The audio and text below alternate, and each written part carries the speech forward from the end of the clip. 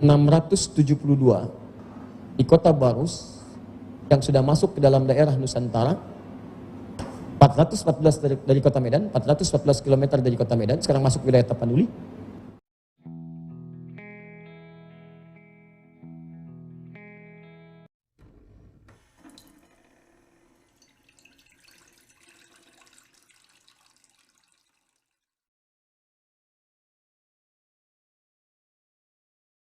Akan dibawa ke Nusantara. Gimana caranya di Nusantara ini mendapatkan ketenangan, kedamaian, ketenteraman dengan patuh pada Allah Subhanahu wa taala sehingga kesuksesan dalam kehidupan di Nusantara bisa diraih. Paham sampai sini? Kita baru mau masuk sekarang.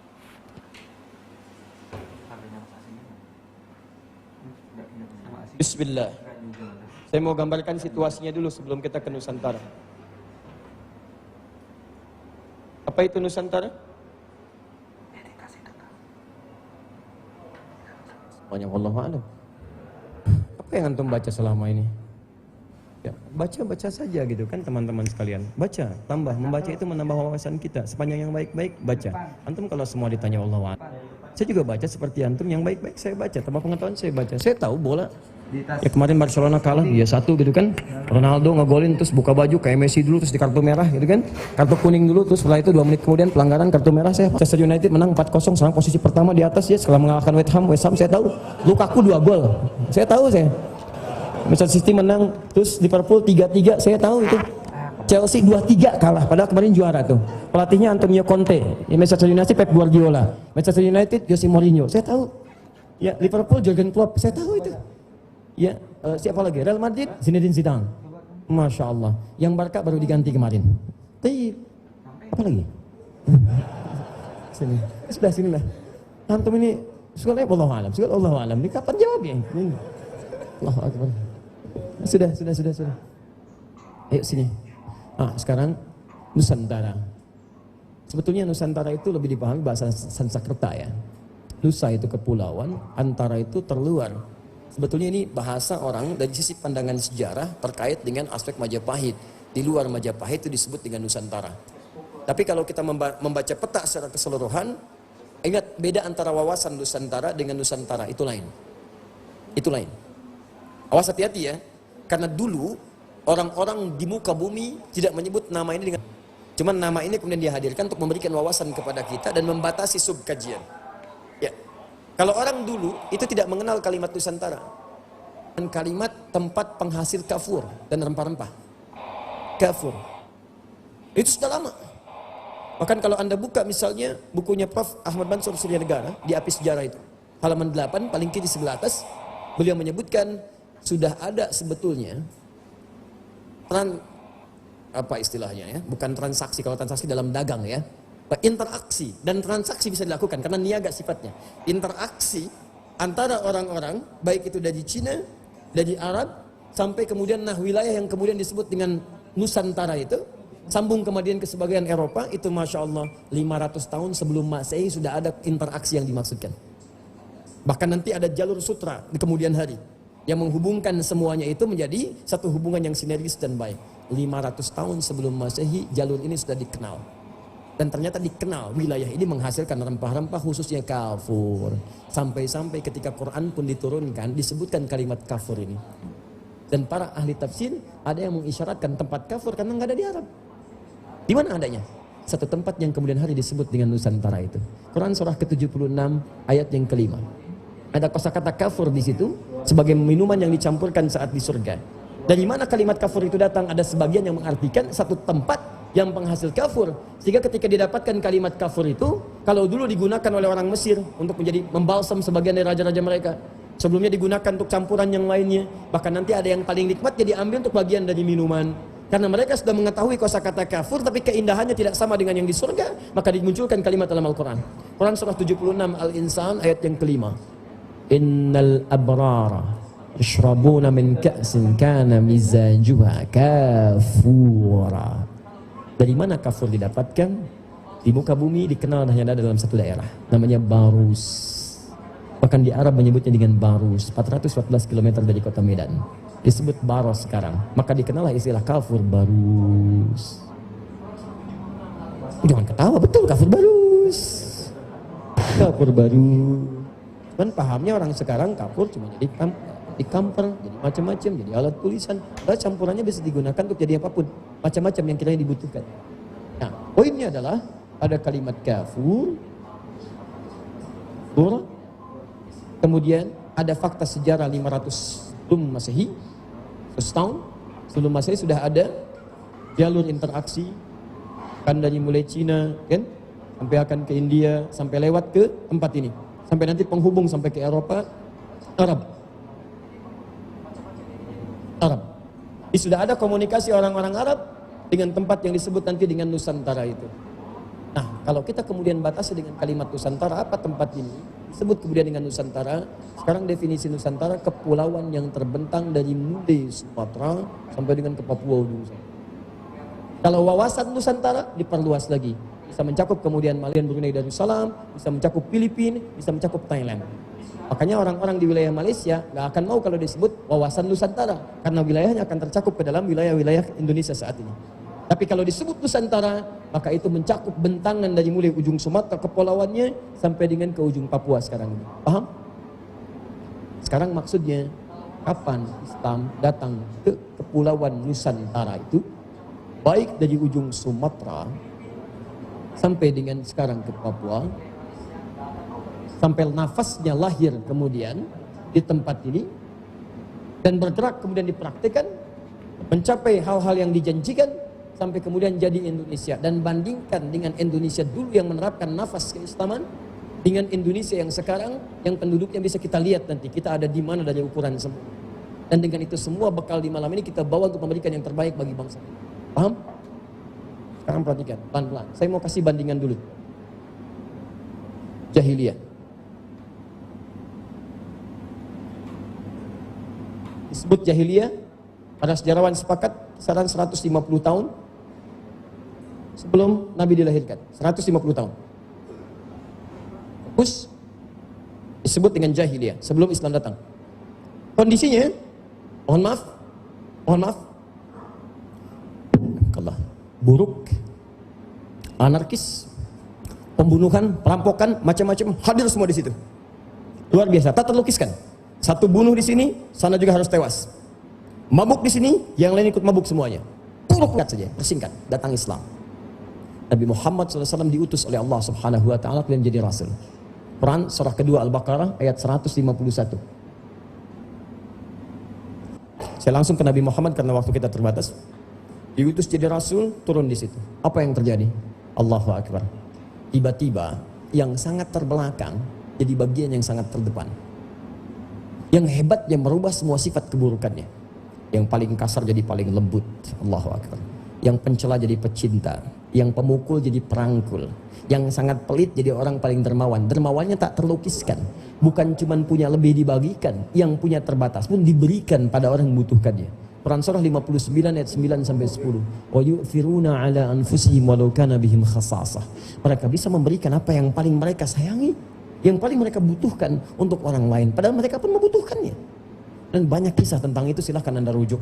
Bagaimana seorang punya jatah makanan untuk anaknya, tiba-tiba diberikan kepada tamunya, sedangkan sekeluarga menahan lapar. Istrinya menidurkan anak-anaknya, suaminya pura-pura makan dalam kegelapan, dan mereka nggak makan. Saking inginnya tamunya mendapatkan makanan. Bagaimana seorang panglima ketika kehausan, dalam keadaan yang banyak lukanya dalam peperangan, menang perang tapi terluka, diberikan minuman, dia melihat prajuritnya, tolong dia duluan. Begitu akan diberikan, dia melihat temannya, tolong dia duluan. Dia melihat temannya, tolong dia duluan. Dia melihat panglimanya, tolong panglima duluan. Begitu diberikan, panglimanya meninggal. Dikejar yang satu, dia meninggal. Kejar yang lain, dia meninggal. Kejar yang lain, dia meninggal. Semuanya tidak ada yang minum, hanya berkeinginan memberikan yang terbaik bagi saudaranya. Wa yu'thiruna ala anfusihim walau kana bihim khasasah. Iya, muncul karakteristik yang tidak bisa dilukiskan. Sampai-sampai Quran menyebutkan itu umat yang terbaik yang pernah lahir bila dibandingkan dengan umat sebelumnya. Quran surah ketiga ayat 110, posisi paling tinggi sebelah atas. Kuntum khaira ummah. Kalian tuh umat terbaik. Belum pernah ada yang begini nih. Kalau orang lembut dilatih lebih lembut, wajar. Ini orang keras, watak badak, susah. Sini ruduk, sana ruduk, Masya Allah, luar biasa, kulitnya keras. Tiba-tiba dirubah. Lembut, lebih lembut daripada bulu biri-biri. Indah luar biasa. Dan kepekaannya tuh luar biasa. Tajam, lebih peka daripada unta. Antum tahu kepekaan unta? Unta itu jangan lihat luarnya antum. Itu hewan luar biasa. Makanya diminta oleh Quran untuk dianalisis oleh kita. Afala yanzuruna ilal ibili kaifa khuliqat. Apa enggak sempat antum coba lihat unta bagaimana diciptakan? Kalau bukan Allah yang ciptakan, mustahil jadi begitu. Antum bisa praktekkan ya, teman-teman yang punya sekolah. Saya pernah mengajar waktu di Tripoli itu. Termasuk saya praktekkan di sekolah kami di Indonesia. Itu kita pernah praktek tafsir di kebun binatang salah satunya. Keluarkan semua hewan yang ada di Quran. Cek. Kita bikin kelompok. Ada kelompok unta, kelompok kera, kelompok gajah, macam-macam. Kita keluarkan. Dan Anda teliti, cek apa kemuliaan hewan ini dibanding yang lainnya. Kenapa Yahudi dikutuk jadi 65? Faqulna lahum kunu qiradatan khasiin, qiradatan khasiin. Jadilah kalian kera yang hina. Padahal Allah bisa mengatakan jadilah tikus yang hina. Kenapa kera? Lihat, analisis. Kenapa di sini diminta unta? Allahu Akbar, baru kami ketahui. Dilempar satu kera dengan makanan, ambil dengan tangan kanan. Lempar lagi, ambil kiri. Lempar lagi, kaki kanan. Lempar lagi, kaki kiri. Kalau dia sudah nggak puas dengan yang ini, pergi ke tempat yang lainnya. Ucak-acak yang lainnya. Kuasai. Kalau datang orang lain ingin bergabung, diusir sama dia. Loh, mirip. Mirip betul karakteristiknya. Tapi unta diantaranya punya kepekaan yang luar biasa. Selain matanya, punya selaput yang unik. Jadi begitu ada padang badai pasir, dia nutup seketika. Tek, dia bisa lewat. Antum silahkan, antum punya Mercy, punya kuda jingkrak, Ferrari, bawa. Silahkan. Demi Allah saya katakan, punya Lamborghini sampai Lamborghini itu bawa sana. Padang pasir. Saat badai, diem. Maju kena, mundur kena, maju mundur kena, gak akan masuk. Diem. Ayo silahkan cek. Tapi unta, santai aja. Antum dilihatin. Masya Allah, matanya nutup. Punya tembolok, dia bisa menampung air 3 bulan gak minum. Tapi yang paling hebat, unta itu termasuk hewan paling peka. Perasa. Antum kalau musim panas ya, coba lihat unta, induk unta yang akan memberikan susu kepada anaknya. Itu Masya Allah, sepanas-panasnya anaknya diminta bernaung dulu. Setelah itu untanya akan berendam dulu. Agak lama. Begitu bangun, baru kemudian anaknya disusui. Tahu antum kenapa? Ibunya hendak mendinginkan dulu tempat ASI dalam perutnya. Tempat susunya itu, karena keadaan panas kan menyengat ke tubuhnya, menjadikan susunya itu panas. Maka dia berendam dulu supaya susunya sedemikian teduhnya, agak kemudian mulai reda, tidak panas lagi, baru anaknya bisa mengambil dalam keadaan yang nikmat. Anda bisa bayangkan, unta aja begitu baik kepada anaknya. Masa ada mengaku manusia jahat pada anaknya? Itu yang luar biasa. Nah sekarang, datang Islam, jahiliyah hilang semuanya. Bisa menaklukkan Romawi. Kemudian mengalahkan Persia, jadi peradaban. Sampai hebatnya, tidak ada pernah disebutkan peradaban dalam lingkup khazanah keilmuan dunia dengan nama kepercayaannya. Cek, Mesir pernah maju, peradaban Mesir. Yunani unggul, peradaban Yunani. Cek, Persia unggul, peradaban Persia. Romawi, peradaban Babilonia, nama daerahnya. Tapi Islam datang ke Arab, maju orang Arab. Pernah nggak dengar dalam buku sejarah peradaban Arab? Nggak ada. Peradaban Islam di Barat. Dibawa ke Spanyol, Andalusia, minta untuk bebaskan dari Raja Rodrik, menghadap ke Musa bin Nusair. Begitu menghadap, diutus kemudian panglima hebat namanya Tariq bin Ziyad. Datang bawa 10.000 pasukan, datang sana. Yang minta orang Spanyol, nggak ada orang Islam ceritanya ekspansi, nggak ada. Datang ke sana, dibantu kemudian bawa 10.000 pasukan. Kata Tariq ketika sampai di selat itu yang sangat fenomenal, ya Jabal, naik ke bukit, Jabal. Sampai sekarang dikenal dengan Jabal Tariq. Orang sana tidak bisa menyebut Jabal Tariq, dia katakan Gibraltar. Gibraltar. Ya. Naik, begitu naik dia katakan, hei, di depan kalian itu ada syahadah, kematian mulia. Di belakang pun ada kematian. Kematian yang dimaksudkan dibakar semua kapalnya. Ayo, kalau mau pulang berenang sana, balik lagi. Pilih mana? Sana meninggal, ke sana syahadah. Hidup mulia, wafat pun mulia. Tapi ke sana belum tentu hidup, tenggelam. Pokok semua terbakar semangatnya. Lawan 100.000 orang, berhasil. Begitu menang di sana, diserahkan sama Tariq, silahkan. Kami sudah selesai bantu kalian. Kata orang sana, tolong tinggal di sini. Bantu kami bangun. Datang Islam ke sana. Diberikan nafas Islam di sana. Apa yang terjadi? Peradaban Islam di Spanyol. Muncul keemasannya, dibangun Kanada, Alhambra, macam-macam luar biasa. Sampai orang Eropa belajar ke sana. Masa kegelapan, hilang, belajar. Datang yang dari Portugal, dari Spanyol, dari Italia, belajar ke sana. Pulang lagi, dibawa. Yang mau saya sampaikan, Allahu Akbar. Nilai Islam ketika dibawa ke sana, maju, muncul, tenang, nyaman, teduh, indah, sukses. Paham? Nah, sekarang yang paling indah, teman-teman sekalian, ternyata di balik lompatan yang tadi saya sampaikan, Nabi SAW di masa-masa awal dakwah, Nabi punya perintah untuk berdakwah 610 Masehi. Dia lahir kisaran 570 sampai 571 Masehi. Usia 40 tahun, di awal 41 tahun diangkat jadi Rasul. Turun Quran surah ke-50, surah ke-96, ayat 1 sampai 5, Iqra itu. Diangkat jadi Rasul. Ini. Dan diberikan bekal dulu selama 5 tahun untuk belajar. Turun wahyu. Supaya memperkuat akidahnya, memperkuat hubungannya dengan Allah. Baru kemudian 615 Masehi, muncullah kemudian misi untuk berdakwah terang-terangan. Fokus, lihat sini, ini yang paling penting. Lihat ya, manhajnya. Dakwah setelah 5 tahun diberikan pengajaran. Nabi aja belajar, baru berdakwah. Masa antum belum belajar sudah pengen dakwah? Ya. Sekarang boleh berdakwah terang-terangan. Singkatnya, kemudian fase Mekah itu ada 40 orang. Dikenal dengan As-Sabiqun Al-Awwalun. Belajarnya di rumahnya Arqam bin Abi Arqam. Orang ke-17 yang masuk Islam, usia 17 tahun. 40 orang belajar di sini. Kemudian hijrah ke Madinah. Di fase sebelum hijrah ke Madinah, tinggal di Mekah 13 tahun dalam berdakwah. Jadi kalau 610 ditambah 13, 623. 623 fase Mekah, hijrah ke Madinah. Madinah 10 tahun, berarti 633 ya. Baik, 633. Wafat di 633, 634. Wafat di sini. Ini wafat. Ikan baik-baik ya, lihat baik-baik. 610 diangkat jadi Rasul. 5 tahun menerima bekal. 615 kemudian berdakwah. Terang-terangan, ini fase Mekah. Selama 13 tahun sampai 623. Paham? Hijrah ke Madinah. Madinah membangun Masjid Nabi, Masjid Nabawi. Lebih banyak lagi yang belajar. Kalau antum lihat misalnya ini Raudhah, ini pintu Baqi, ini Babus Salam, di karpet merah. Ya, ini dibuat di sini Ahlus Sufa untuk belajar. Semakin banyak diperluas. Ini karpet merah, di luaran ini ada yang sekarang tanpa atap, langsung keluar. Itu dulu orang-orang yang belajar dengan Nabi SAW. Lebih banyak daripada yang ini. Sekarang ini yang mau saya tunjukkan. Lihat sini ya. Jangankan yang ini. Alumni madrasah Nabi cuma 40 orang. Yang fase Mekah. Di awal yang belajar di sini ya, bukan yang menyebar dan berhijrah, bukan. Yang belajar di sini.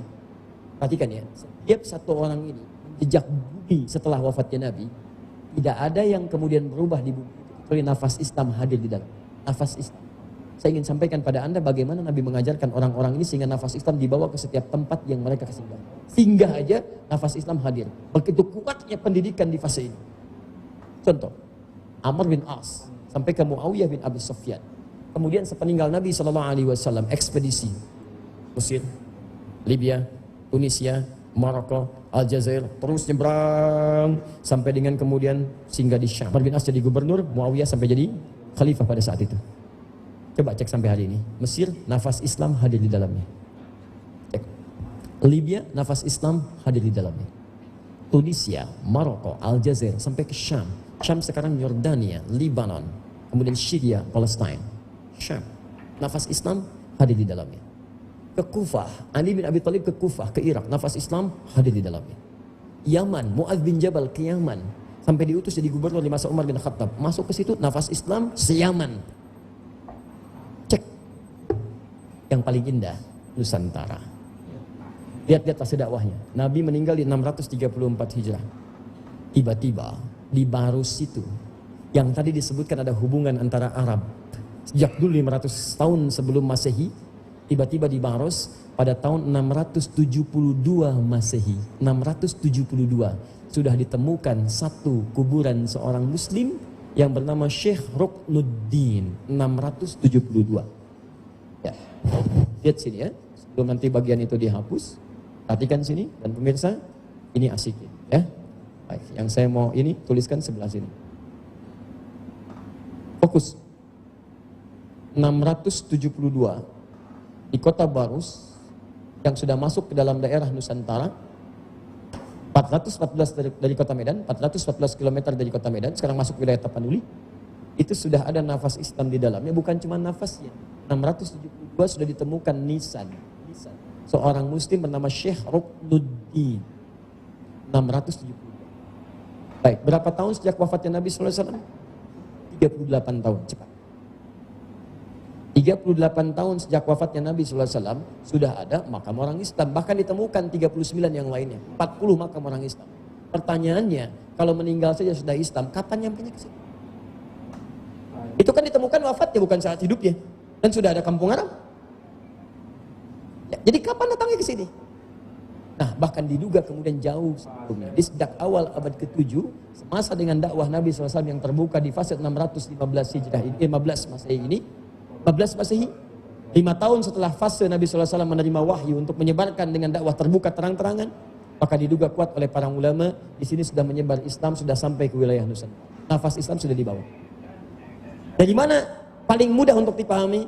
Salah satunya, ketika sebagian dari sini, persis di tahun yang sama, 615 Hijrah, pernah terjadi hijrah yang 615 Masehi, pernah terjadi hijrah yang pertama kali ke arah Habasyah, Ethiopia, dipimpin oleh Raja Najasyi. Sedangkan pada saat itu Najasyi sudah memimpin satu wilayah yang sangat maju, punya kemudian kapal-kapal yang luar biasa, digunakan untuk berdagang dan tidak sedikit ada ekspedisi dari situ. Diduga kuat sebagian sahabat-sahabat yang mengetahui peristiwa itu, yang sebagian ada yang berislam juga di sana, teman-teman sekalian, diduga kuat itu yang membawa Islam kemudian sampai ke Nusantara. Masih di awal fase Nabi SAW. Karena itulah kemudian, jauh kemudian setelah itu, Nabi wafat, di sini sudah ada makam. Zaman Utsman bin Affan sudah menyebar. Dan hebatnya, awal abad ke-13 sudah ada kesultanan di Samudra Pasai. Wilayah Sumatera, Aceh. Awal abad ke-13 sudah ada kesultanan, sultan. Tiba-tiba Snokhogronya mengatakan, Snokhogronya, seorang orientalis dari Belanda mengatakan Islam masuk ke Nusantara di awal abad ke-13. Masya Allah, bisa ya? Barangkali sedang kurang sehat orang. Bisa nggak ada orang masuk langsung bikin kesultanan? Saya mau masuk ke Indonesia ya, perkenalkan, kami kesultanan Samudra Pasai. Masya Allah, langsung bikin kesultanan Islam. Bagaimana fase bisa terjadi baru masuk langsung bikin sultan? Mustahil. Itu fase perkembangan Islam mulai menyebar sampai ke Jawa sampai ke ujungnya. Teman-teman sekalian, kalau ditanyakan kapan nafas Islam masuk ke Nusantara, maka sejak di awal-awal periode keislaman, awal abad ke-7 Masehi, kan? Di tahun pertama, awal-awal setelah menjelang ke hijrah, itulah kemudian dakwah Islam dibawa ke Nusantara. Tapi nafas Islam dibawa ke Nusantara pada kisaran masa itu. Yang ingin saya sampaikan, terjadilah kemudian luar biasa perkembangan di Nusantara ini.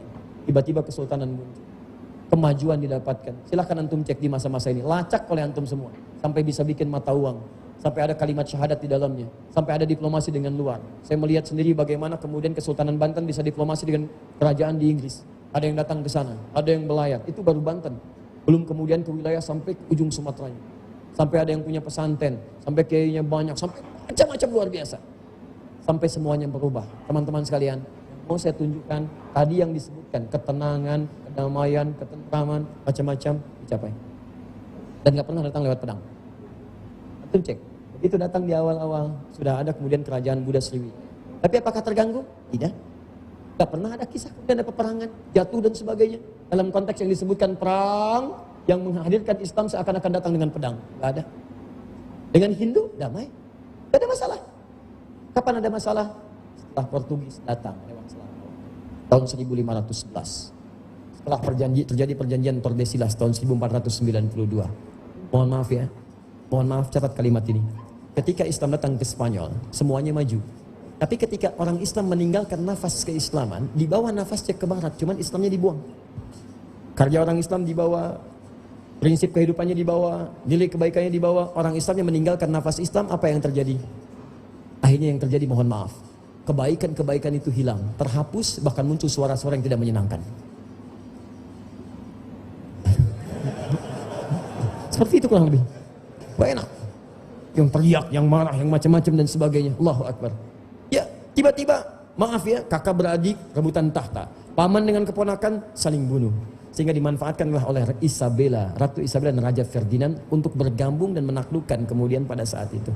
Diambillah kerajaan-kerajaan Islam, ditaklukkan, terjadi inkuisisi, diberi pilihan, konvert pindah pada keyakinan atau eksekusi. Bahkan dilukiskan bagaimana darah-darah naik setumit itu. Ada yang dipotong telinga, ada yang digantung, ada yang disalib, ada yang dimasukkan roda putaran digiling, ada yang ditombak, semua penuh dengan darah. Terjadi perjanjian 1492. Kemudian Paus Alexander yang ke-6 membagi dunia pada dua bagian. Ada yang ke barat, ada yang ke timur. Barat Spanyol tugas berangkat. Timur Portugis berangkat.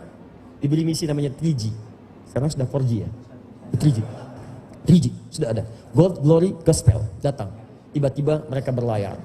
Portugis nyasar dulu ke India. Setelah nyasar menemukan ini bukan pusat, ini transisi, balik lagi ke Portugis. Hire Ahmad bin Majid, navigator muslim yang handal. Dia nggak tahu kalau dibawa untuk menjajah. Maka dibawa, masuklah ke Selat Malaka tahun 1511. Datang di situ, mulai mengacau. Ngambil monopoli, segala diambil. Sampai Hindu pun masalah yang di India. Tadinya biasa aja saling tembak, saling bunuh, monopoli. Anda nggak mau kami atur, Anda kami habisi. Ekspansi. Untuk mengambil apa? Emas, rempah-rempah, gold. Glory, victory, penjajahan. Gospel, menyebarkan ajaran baru. Masuklah ke situ. Masuk lewat timur, memberikan pengaruh. Dan nafas Islam sedikit-sedikit mulai dihilangkan sampai kemudian tibalah hal yang sangat penting untuk dalam keadaan kita saat ini. Saya mau tunjukkan ya, saya mau lompat sebentar aja. Betapa banyak nilai-nilai keislaman yang saya tuh nggak ngerti loh. Sampai hari ini kok bisa tertukar gitu. Menteri tertukar, putri yang tertukar, itu urusan lain. Tapi sejarah tertukar, itu yang bahaya. Bahaya karena bisa memberikan gambaran yang buruk pada sikap yang tidak baik. Saya mau tanya pada antum, antum kenal nggak Patimura? Luar biasa. Pemirsa, di Masjid Darul Ihsan ada yang kenal dengan Patimura. Masya Allah. Luar biasa. Emang kalau sudah semakin malam itu suka begitu. Ya. Tapi masih mending lah. Kalau di Lampung ada yang kenal Fir'aun. Lampung. Bandung Patimura lah. Kalau lumayan. Makassar Utsman bin Affan. Ya. Hebat tuh. Gorontalo Abdurrahman bin Auf. Patimura. Kenal. Kenal di mana tuh? Masya Allah. Yang sehat ya. Baik, di uang 1000 kan ada ya? Patimura itu. Siapa nama aslinya? Thomas Matulesi. Tahu dari mana Thomas? Antum coba cek lagi. Ada nafas Islam dalam dirinya. Namanya bukan Thomas dan bukan wallahu alam. Namanya Ahmad Lusi. Pimpinan pesantren yang luar biasa, kiainya banyak. Itu pejuang pahlawan nasional. Berjuang melawan siapa? Melawan penjajah.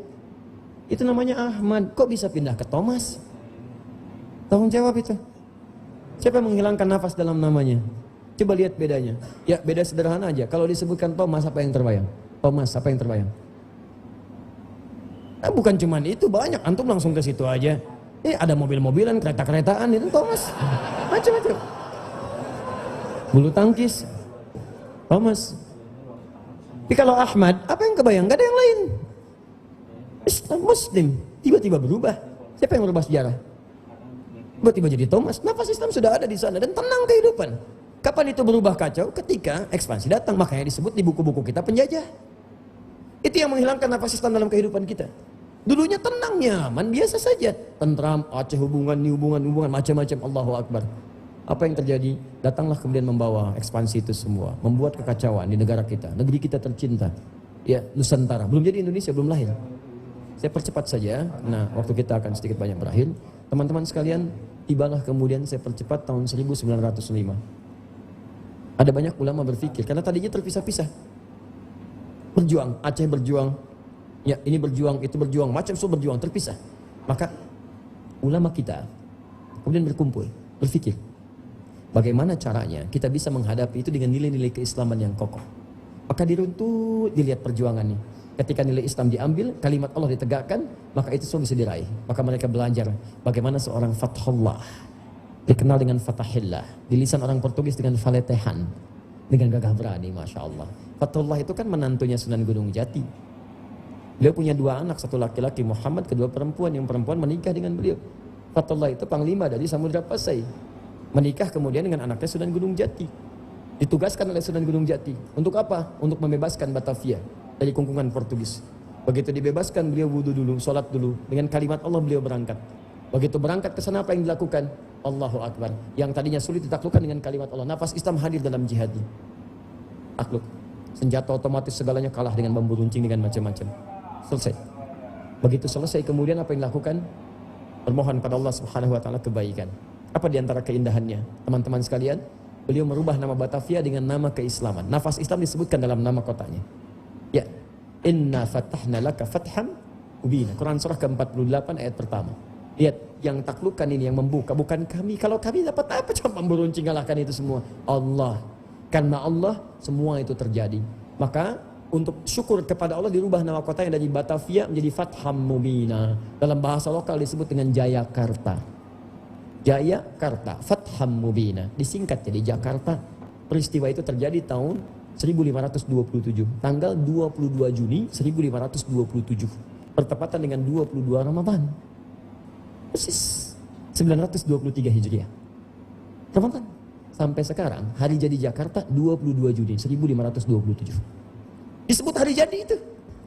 Kapan jadinya? Jadinya ketika nafas Islam hadir di dalamnya. Jadi Jakarta. Itu ada nafas Islam di dalamnya itu. Membebaskan diri dari penjajahan. Siapa penjajahnya? Portugis. Bawa macam-macam. Dibebaskan dari situ. Fatham Mubina. Kalau bukan nafas Islam karena kalimat Allahu Akbar mustahil jadi itu. Ada. Belajar dari situ dilihat lagi. Bahkan dipetakan terus ke belakangnya. Siapa Sunan Gunung Jati? Beliau adalah Syarif Hidayatullah. Siapa Syarif Hidayatullah? Anaknya Syarif Abdullah.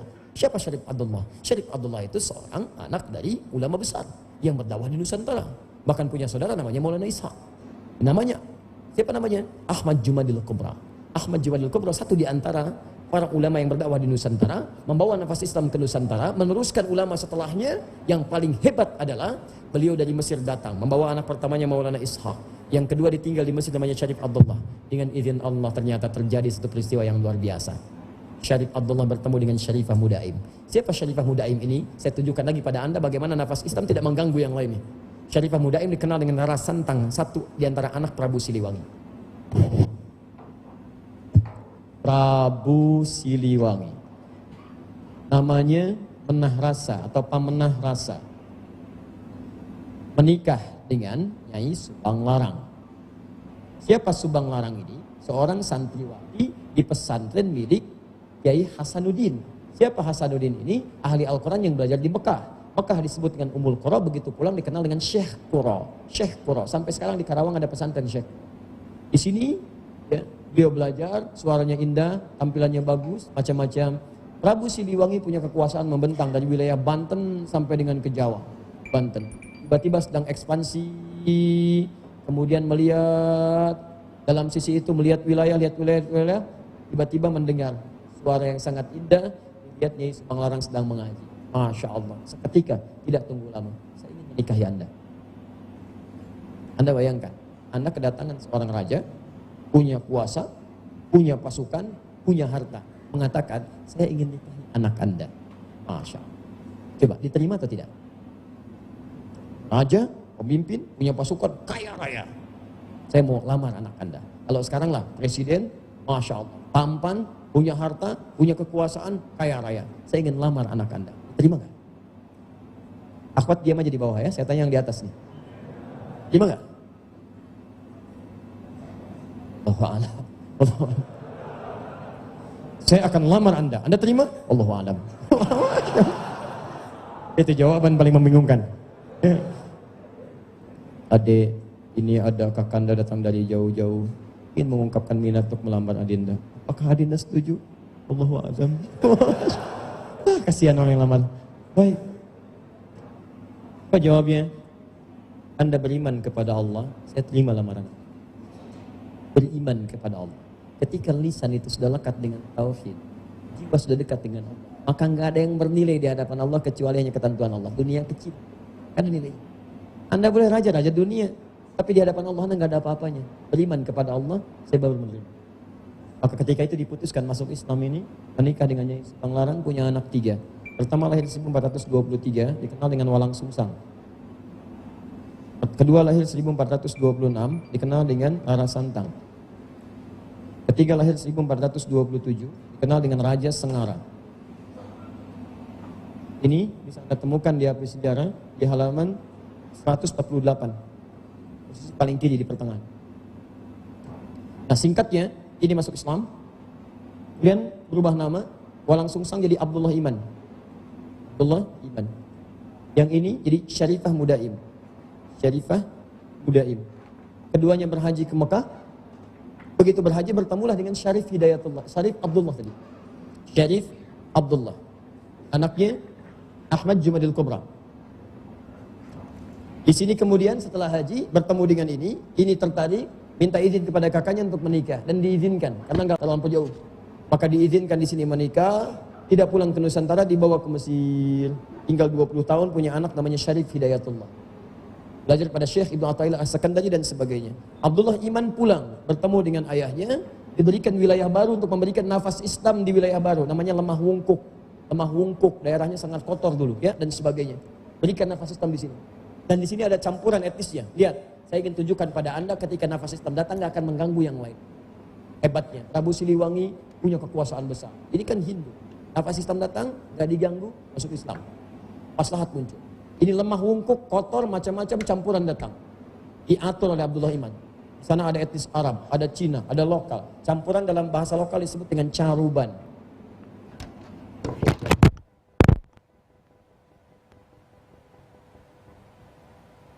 Akhirnya cai bahasanya, ci. Cirebon, Cirebon, Cirebon, Cirebon, Cirebon. Lemah Wungkuk berubah jadi Cirebon. Sifatnya caruban, campurannya diatur supaya kemudian terlihat indah, bagus. Tiba-tiba yang kotor jadi tumbuh bersih, bagus, berhasil di sana. Sampai sekarang disebut dengan Cirebon. Carubannya itu ada di wilayah Lasem. Jadi kalau Anda kemudian Demak, Kudus, Pati, Rembang, Lasem, Anda ke Lasem sampai di sini. Kemudian di sini Masjid Agung, kisaran kemudian di sini ada 150 meter, di sini ada pantai, daerah ini namanya Caruban. Kenal dengan pantai Caruban. Di sini kenapa disebut Caruban? Karena etnis Cina pertama kali ketika ke Nusantara masuknya lewat sini. Kalau Anda lewati ini, masuk ke sini, ini masjid, sebelah sini ada wilayah namanya Karangturi. Karangturi itu nanti pusatnya kebanyakan Cina di sana. Cina Jawa, ya, tembut-tembut dan sebagainya. Daerah sini. Yang ini, setelah 20 tahun baru pulang menemui kakeknya. Maka diberikan daerah kemudian untuk memberikan nafas Islam di Gunung Jati. Maka dikenal dengan Sunan Gunung Jati. Disitulah kemudian menikah, melahirkan 2 orang anak, 1 laki-laki, 2 perempuan. Perempuannya itu yang kemudian menikah dengan tadi Fathullah atau Fatahillah atau dikenal dengan Faletihah. Kali ini Ahmad Jumadil Kubra. Anak keduanya Maulana Ishaq. Nafas Islam berlaku di Maulana Ishaq, berlaku juga sampai melahirkan keturunan. Itu 2 ulama besar. Satu mendirikan Muhammadiyah, ya, tanggal 18 November 1912. Yang kedua mendirikan NU 14 tahun kemudian, 31 Januari 1926. Yang ini Muhammad Darwish, yang ini dikenal dengan Ahmad Dahlan kemudian hari, yang ini dikenal dengan Kiai Haji Muhammad Hashim bin Ash'ari bin Abdul Wahid, ya, bin Abdul Halim dikenal dengan Pangeran Benawa atau Sultan Hadiwijaya, bin Abdullah bin Abdul Aziz dikenal dengan Joko Tingkir bin Abdul Fattah bin Abdul Rahman, ya, Walid Raden Ainul Yakin dikenal dengan Maulana Ishaq. Di Maulana Ishaq inilah bertemu dengan Kiai Haji Ahmad Dahlan bin Kiai Haiman, bin Kiai Murtada, bin Kiai Ilyas, bin Demang Jurang Juru Kapindo, bin Demang Jurang Juru Sapisan, bin Kiai Gerbek, bin Maulana Ishaq bertemu di sini. Anak siapa? Ahmad Jumadil Kubra. Nafas Islam datang dari Mesir ke Nusantara, jadi wilayah, jadi ormas, jadi macam-macam sampai sekarang. Ahmad Jumadil Kubra itu ada, betul. Masjidnya ada sampai sekarang di wilayah Semarang. Anda dari Semarang mau ke Demak, ini Semarang, sini arah Demak, sini flyover, Anda belok ke sini, sebelah sini ada masjid, warnanya hijau. Kubahnya emas ini. Di sini ada 3 gerai ATM. Ada CMB Niaga, ada BNI, ada BNI. Ada sini. Itu bukan. Betul. Saya nggak bohong, nggak percaya, angkat aja sana. Sebelah sininya baru makamnya. Anaknya siapa? Ahmad Jumadil Kubra. Keturunan jadi Ali Zainal Al-Kabir. Ali Zainal Al-Kabir anak siapa? Ali Zainal Abidin. Ali Zainal Abidin turunan siapa? Al-Husain. Al-Husain adiknya Al-Hasan. Al-Hasan anaknya Ali bin Abi Thalib radhiyallahu taala anhu. Suami siapa? Fatimah Zahra. Putri siapa? Muhammad sallallahu alaihi wasallam. Bin Abdullah bin Abdul Muttalib bin Hashim bin Abdul Manaf bin Qusay bin Murrah bin Kilab bin Ka'ab bin Ghalib bin Fihr bin Malik bin Nadar bin Kinana bin Khuzaimah bin Mudrika bin Ilyas alaihissalam bin Nizar bin Mudar bin Ma'ad bin Adnan bin Addi bin Adli bin Muqawwam bin Nahur bin Tarih bin Ya'rub bin Yasjub bin Nabit bin Ismail alaihissalam bin Ibrahim alaihissalam bin Azar atau bin Nahur bin Amir bin Kinan bin Al-Fakhshad bin Sam bin Nuh alaihissalam bin Mikhlail Matushalab bin Kinan bin Anwas bin This bin Adam alaihissalam. Nasabnya jelas terhubung ke Adam, semuanya ada, tenang, nyaman, berhasil. Maka semua kisah ini dikumpulkan. Berkumpullah kemudian. Sebentar, masih ada waktu? Oh, baik. Baik. Untuk negara, ya saya berikan yang terbaik. Baik. Tapi tetap sampai jam 10.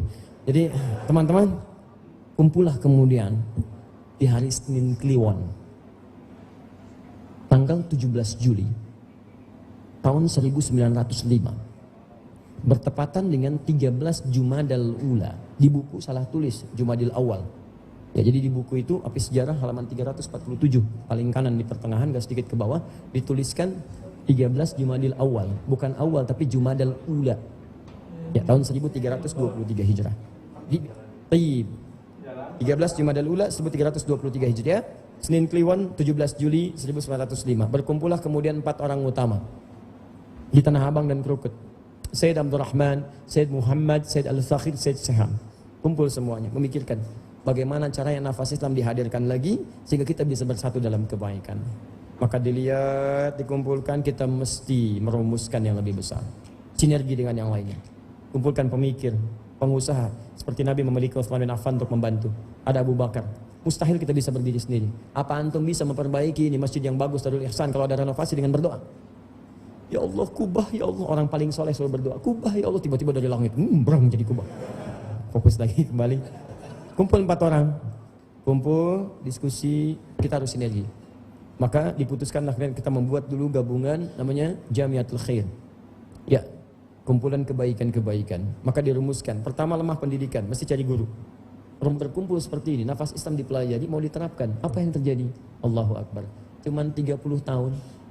Dulu 300 tahun, sekarang kisaran 30 tahun, 34 tahun. 1911 berkumpul, tambah 34 tahun. Berapa? 45. 1945. Apa yang terjadi? Ikan nafas Islam dilekatkan pada perjuangan itu. Yang 300 tahun terpecah-pecah. Tidak bersinergi, nafas Islam dihadirkan di sini dengan sinergitas yang pandu, maka cuma butuh 34 tahun. Tiba-tiba di antara murid Haji Omar Said Cokroaminoto, namanya Insinyur Soekarno. Beliau itu muridnya Haji Omar Said Cokroaminoto. Ya, datang dengan kawannya Muhammad Hatta, berkumpul seluruhnya, disupport oleh saudara Islam, diberikan fasilitas macam-macam. Masya Allah. 1945, 9 Ramadan, hari Jumat, jam 10 pagi, Indonesia, proklamasi.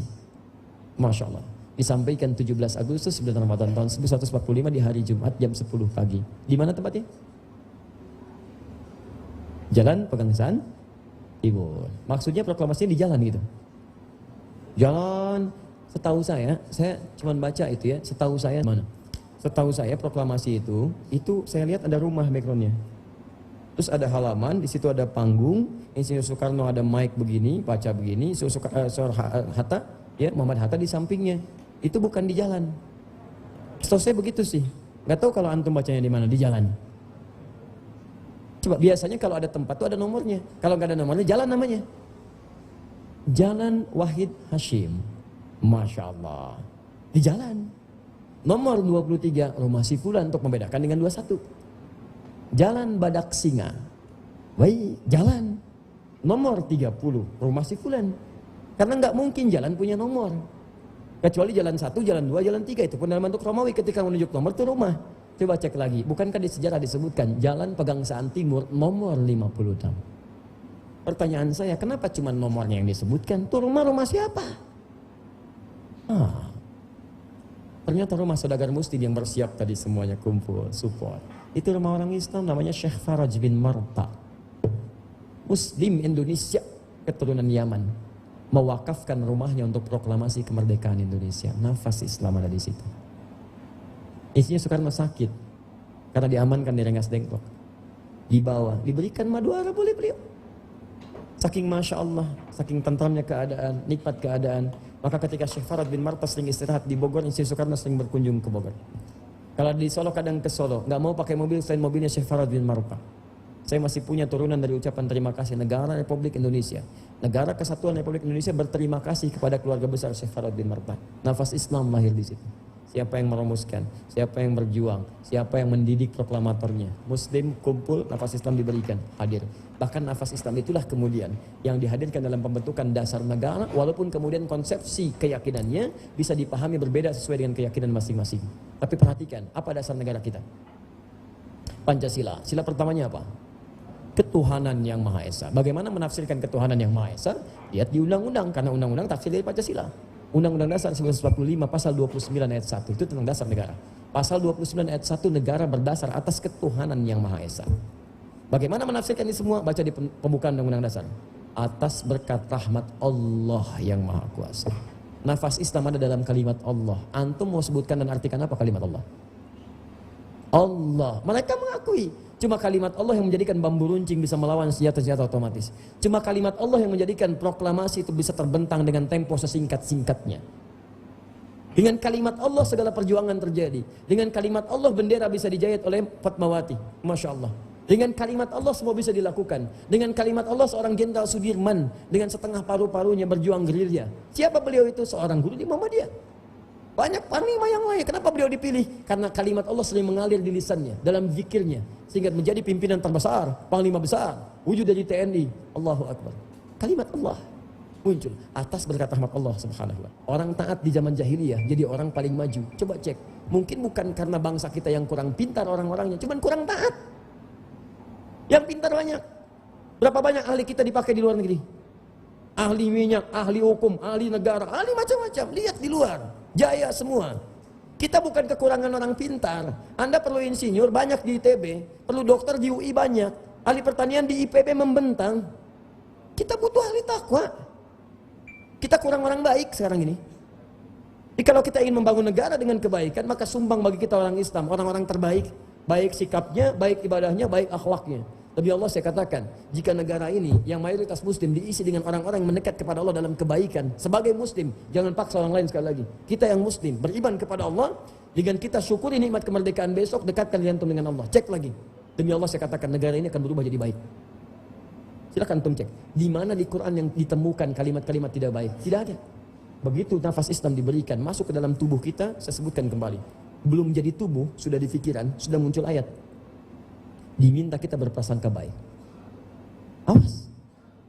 Bahkan kata Quran disebutkan, Quran surah ke-49 ayat 11 sampai 12. Allahu Akbar.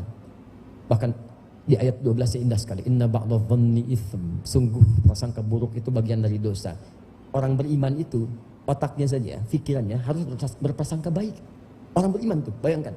Belum keluar tubuhnya, baru di pikirannya sudah prasangka baik. Jadi kalau antum berprasangka yang tidak baik, maka ada yang salah dalam keimanan antum. Terus keluar, masuk ke mata. Mata mau dipakai. Quran surah ke-24 ayat 30 ayat 31 untuk perempuan. Qul lil mu'minina yaghuddu min absarihim. Katakan pada pria-pria beriman, imannya yang disentuh karena nafas Islam hanya masuk pada yang beriman. Kalau Anda enggak merasa beriman, anak ayat ini bukan untuk Anda. Ketika nafas Islam masuk ke dalam diri kita, beriman masuk ke mata. Mata orang beriman, kata Allah, lihat yang baik-baik, yang tidak baik jangan dilihat. Teman-teman, lihat, cukup jadi beriman di negara kesatuan Republik Indonesia, maka jangankan tangan, mata aja cuma boleh lihat yang baik. Yang enggak baik enggak akan kelihatan. Enggak akan kita lihat. Apalagi bisa melukai orang lain, mustahil. Lihat aja enggak boleh, yang enggak baik, apalagi bisa mencelakai orang. Mustahil. Lihat lisan orang beriman. Lihat lisannya. Quran surah 49 dari ayat 11 sampai dengan ayat ke-12-nya. Kalau mau dari ayat 6-nya bahkan. Kalau mau silahkan. Ya, dari dengar berita yang tidak baik, menyentuh telinga dulu. Ya ayyuhalladzina amanu in ja'akum fasiqun binaba'in fatabayyanu. Hei orang-orang beriman, jika kamu mendengar orang fasik bawa berita, mendengar, telinga kita disebutkan. Jangan dengar yang tidak baik. Telinga ini hanya boleh dengar yang baik-baik saja. Maka itu dilarang bergibah. La yaghtab ba'dukum ba'dha. Jangan bergibah dengan lisan. Terdengar oleh telinga. Ya ayyuhalladzina amanu la yaskhar qaumin qaum. Hei orang-orang beriman, jangan saling mencela. Perhatikan, mencela aja enggak boleh. Mencela aja enggak boleh. Jadi lisan orang beriman kalau dipakai di negara ini, orang-orang yang baik semua. Mencela enggak boleh. Gibah enggak boleh. Apa yang boleh? Man kana yu'minu billahi wal yawmil akhir falyakul khairan aw liyasmut. Katakan yang baik-baik, kalau enggak bisa diam. Indah sekali. Cuma dua pilihannya, yang baik atau diam. Kalau Anda bisa berkata yang baik, kenapa pilih yang tidak baik? Diam. Dicela. Ya, kan, Masya Allah. Kok nggak balas? Tidak baik. Kok jawab? Contoh. Masya Allah. Enak. Jalan. Sampai ke tangan. Lihat. Wailul lil mutaffifin, celaka orang curang. Nggak boleh. Tangan nggak boleh dipakai curang. Jadi nggak akan ada orang masuk ke proyek korupsi, ngambil ini, ngambil itu. Mustahil. Tangan orang beriman nggak akan terjadi. Bahkan kata Allah, daripada dipakai begitu, potong aja. As-sariq was-sariqatu faqtu aydiyahuma. Pencuri, laki-laki perempuan, daripada tangan dipakai yang kotor, potong aja lah. Daripada merusak. Kaki. Quran surah ke-25 ayat 63. Wa ibadur rahmanil ladzina yamshuna 'alal ardi hauna. Hamba Allah itu kalau jalan tuh lembut, masyaallah. Bahkan kalau dicela wa idza khatabahumul jahiluna qalu salama. Mulai berubah, tadinya kotor, kemudian mau hijrah, mulai ke masjid, jangan dikira mudah. Teman-teman mungkin akan datang, mulai mengolok-olok. Duh, sudah soleh ya, soleh.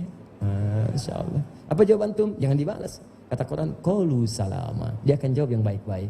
Ah, dari dulu juga saya mandi, nggak pernah berubah jadi soleh. Ya, sholat. Kapan lagi kita sholat? Makin soleh. Misalnya, jalan aja. Alhamdulillah. Yuk, mudah-mudahan Allah berikan. Gak usah dibalas. Duh, soleh. Daripada komen. Gak nyambung. Jalan. Enak. Wala tamshi fil ardi maraha. Ketika jalan Quran surah 31:18. Tenang. Itu teman-teman. Maka itu aja. Gak boleh yang kecil-kecil. Apalagi yang besar-besar. Mustahil. Bisa merusak, bisa kotor macam-macam. Ini kadang-kadang pakai motor aja udah. Kata Quran wala tamshi fil ardi maraha. Jangan sombong. Kadang pakai motor. Hati-hati ya. Saya tekankan pada Anda. Taklim yang baik menghasilkan kebaikan. Termasuk malam ini. Organ tubuh kita mesti baik. Pulang dari situ tunjukkan Anda orang beriman. Rapi. Sendal rapikan. Pulang yang baik. Pakai sendal dengan kaki kanan. Lepas kaki kiri. Pelan-pelan teman-teman. Rapi. Saya tidak ingin Anda kemudian merusak. Tunjukkan kita orang beriman. Tampilkan. Anda boleh rame-rame. Silakan pesta-pesta. Macam-macam itu urusan Anda. Silakan teriak-teriak itu urusan Anda. Tapi kami orang beriman ingin mensyukuri nikmat kemerdekaan dengan menampilkan yang baik-baik. Rapi. Jaga. Jangan sampai terjadi mau ke taklim buru-buru serobot sana serobot sini, biasa aja pim biasa. Kadang-kadang ini kan lampu lalu lintas dilanggar, motor lewat. Masya Allah, lampu merah terobos. Polisi kan nggak diem, datang sini. Anda tahu ini STNK ada apa? SIM ada apa? Tahu ada lampu merah? Tahu Pak. Kenapa diserobot? Saya nggak tahu, ada Bapak. Kadang-kadang. Mau kemana? Pengajian. Siapa gurunya? Ustadz Adi. Masya Allah, saya yang jadi masalah. Demi Allah saya katakan, ketika nafas Islam melekat ke dalam manapun, ada di kantor, ada di mana-mana dan sebagainya, itu semuanya tercipta keindahan. Kiai Haji Agus Salim itu diplomat hebat, ulung, jagoan Indonesia, hafal 14 bahasa. Tapi tahukah Anda kalau beliau juga ahli tafsir, hafal Quran, tahu hadis, tahu fikih, dan bangga dengan pakaiannya. Biasa saja, kadang pakai sarung, jenggotan Pak, pakai peci hitam. Biasa, ketika berdiplomasi jenggotnya nggak dicukur. Biar berangkat aja pakai jenggot biasa, Masya Allah, luar biasa. Apa yang dilakukan? 14 bahasa. Siapa diplomat sekarang yang hafal 14 bahasa? Hafal Quran, tahu hadis. Ketika pidato di Dewan Kehormatan itu, Masya Allah, tingkat dunia. Tuan-tuan dan nyonya sekalian, begitu mau masuk, diplomat lain mengejek. Apa marah? Tidak, kan hafal Quran. Quran surah ketiga ayat 134. Wal kadhimina al-ghaidha. Orang hebat itu yang takwa, yang sanggup menahan amarahnya, tahan. Biasa aja.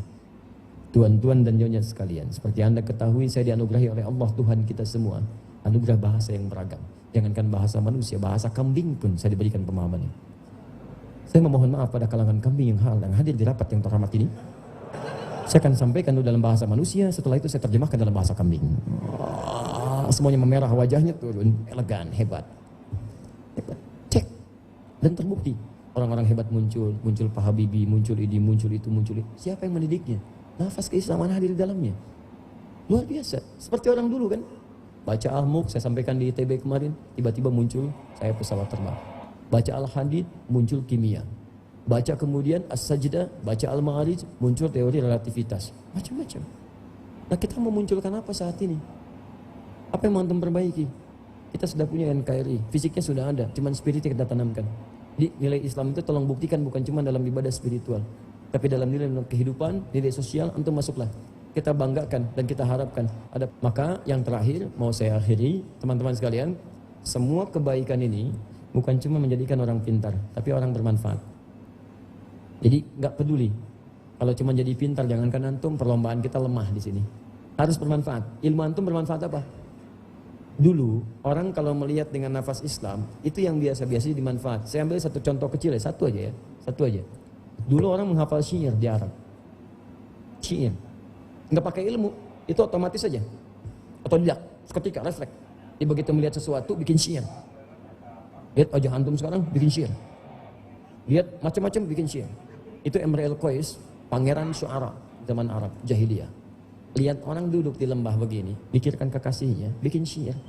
Ifa nabki min dzikra habibin wa manzili bisaqli wa bainad dakhuli fahawmali. Masya Allah. Al-Asma'i, lihat burung aja, burung cuma lompat-lompat begini di pohon-pohon. Dahan-dahan, bawahnya ada air, bikin syair.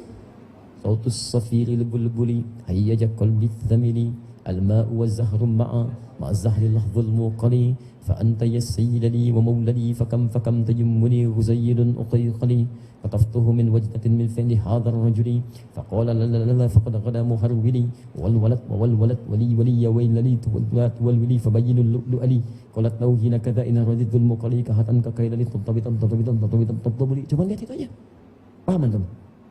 Sama kayak saya. Itu kan kalimat-kalimatnya Masya Allah. Wah, ai, tapi indah. Jadi ada rumus ya, dan rumusnya diajarkan oleh Khalifah Umar bin Khattab radhiyallahu taala anhu. Kalau antum ingin tahu kejadian di Arab jahiliyah tahun sekian, hari apa, jam berapa, kalau dikonversi, antum lihat syair orang Arab. Antum akan tahu terjadi apa pada saat itu. Makanya hazanah kehidupan orang Arab itu dibuat di syairnya. Di syairnya. Oke, Nabi mewasiatkan, Umar bin Khattab mewasiatkan belajar.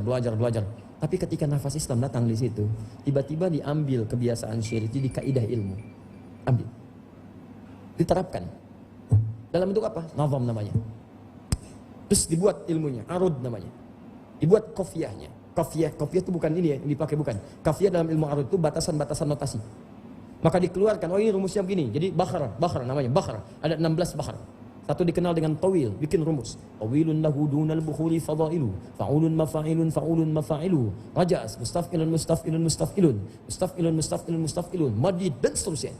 Yang hebat, begitu ketahuan rumusnya, dialihkan dari cuma sekedar syair yang gak ada maknanya, syair harus beda. Nafas Islam datang lain, tiba-tiba dirubah kaidah itu, diambil jadi rumus keilmuan, dipraktekkan. Jadi nazam alfiyah, cara mempelajari bahasa Arab, dibuat syair gini, 1000 bait, hafal ini, menguasai teori bahasa Arab. Kalau baca kitab banyak, ratusan, kumpulkan materinya, bisa ribuan halaman Anda baca. Hafalkan bait ini, Anda hafal semua. Tadinya yang dipakai syair dialihkan untuk menghafal kaidah bahasa Arab, dikenal dengan alfiyah. Ibnu Malik kemudian memulai, ya, ditafsir disyarah oleh Ibnu Aqil. Kalamuna lafdun mufidun kastaqim wasmun wa fi'lun thumma harfunil kalim wahiduhu kalimatun wal qawlu am wa kalimatun biha kalamun qad yu'am bil jarni wat tanwini wan nida wa al wa mustadin lil ismi tamyizun hasal lita fa'alti atat wa ya if'ali wa nunik balanna fi'lun yanjali. Ada semua dibawa ke hadis, jadi alfiyah as-Suyuti, ilmu hadis 1000 bait jadi alfiyah. Hafal itu, hafal teori hadis. Dibawa ke Quran, jadi qiraah lagi. Nazam, semua muncul. Nazam. Jadi ilmu keislaman. Nafas Islam itu selalu melihat segala peluang-peluang ini jadi ilmu keislaman untuk meningkatkan kualitas keilhaman kita di hadapan Allah, bertambah pengetahuan. Itu yang dimaksud Quran surah 58 ayat 11. Yarfa'illahu alladhina amanu minkum walladhina utul ilma darajat. Iman Anda menguat, ilmu Anda bertambah. Anda yang belajar fisika, pernah nggak menurunkan rumus itu untuk rumus-rumus kehidupan Anda? Babnya kan banyak, gravitasi, bab gaya, bab macam-macam, turunkan, bikin rumus kehidupan. Dari situ turunkan, petakan. Tumbuh teman-teman sekalian. Yang jadi masalah, ketika itu dibawa oleh Barat, umat Islam kalah ke Spanyol, dibawa ke Barat. Jadi notasi.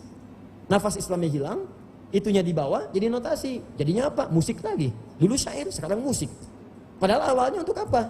Untuk keilmuan, keislaman, sekarang berubah. Diambil notasinya, berubah. Jadi arus jadi notasi. C, D, F, G, A, B, C, G, A, B, C, D, F, G, D, F, G, A, B, C, D, A, B, C, D, F, G, A, F, G, A, B, C, D, E, B, C, D, F, G, A, B, B, C, A, B, C, D, A, B, C, A, B, G, A, B, C. Jadi gitar, jadi piano, jadi macam-macam. Dulu untuk belajar, sekarang berubah lagi.